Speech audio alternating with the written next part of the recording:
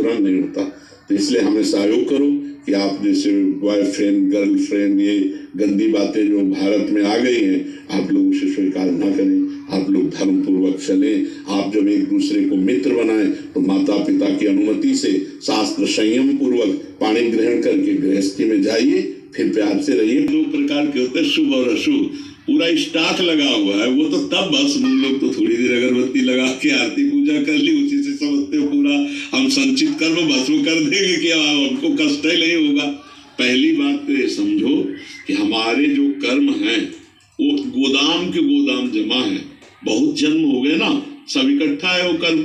और हमारे जो कर्म इस शरीर के लिए निर्धारित करके भेजे गए कि 10 साल में ये होगा, 15वें वर्ष में ये होगा, 18वें, अच्छा या बुरा, वो अपने समय से आएगा। अब जो हम अगरबत्ती लगा रहे हैं, भजन कर रहे हैं, ये हमारी आगामी खेती है।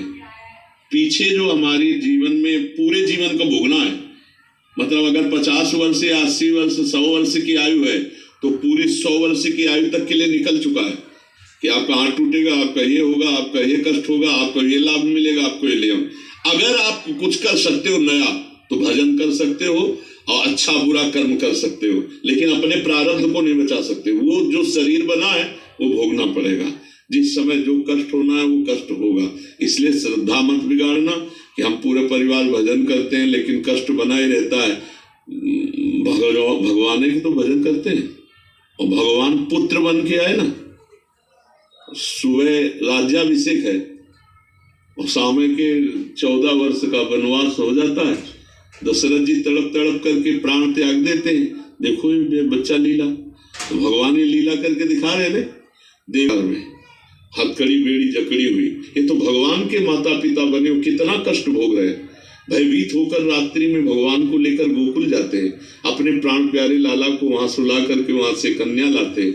कितना भय है।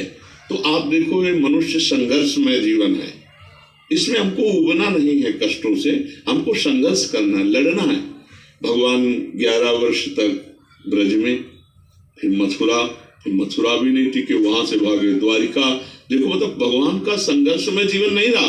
राम जी का देख लो, श्याम जी का देख लो, तो हम लोग तो उन्हीं के नाम के जब से संघर्ष में, जीवन संघर्षमय होता है।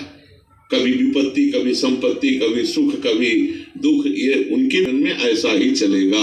हमको अपनी भक्ति कमजोर नहीं करनी है।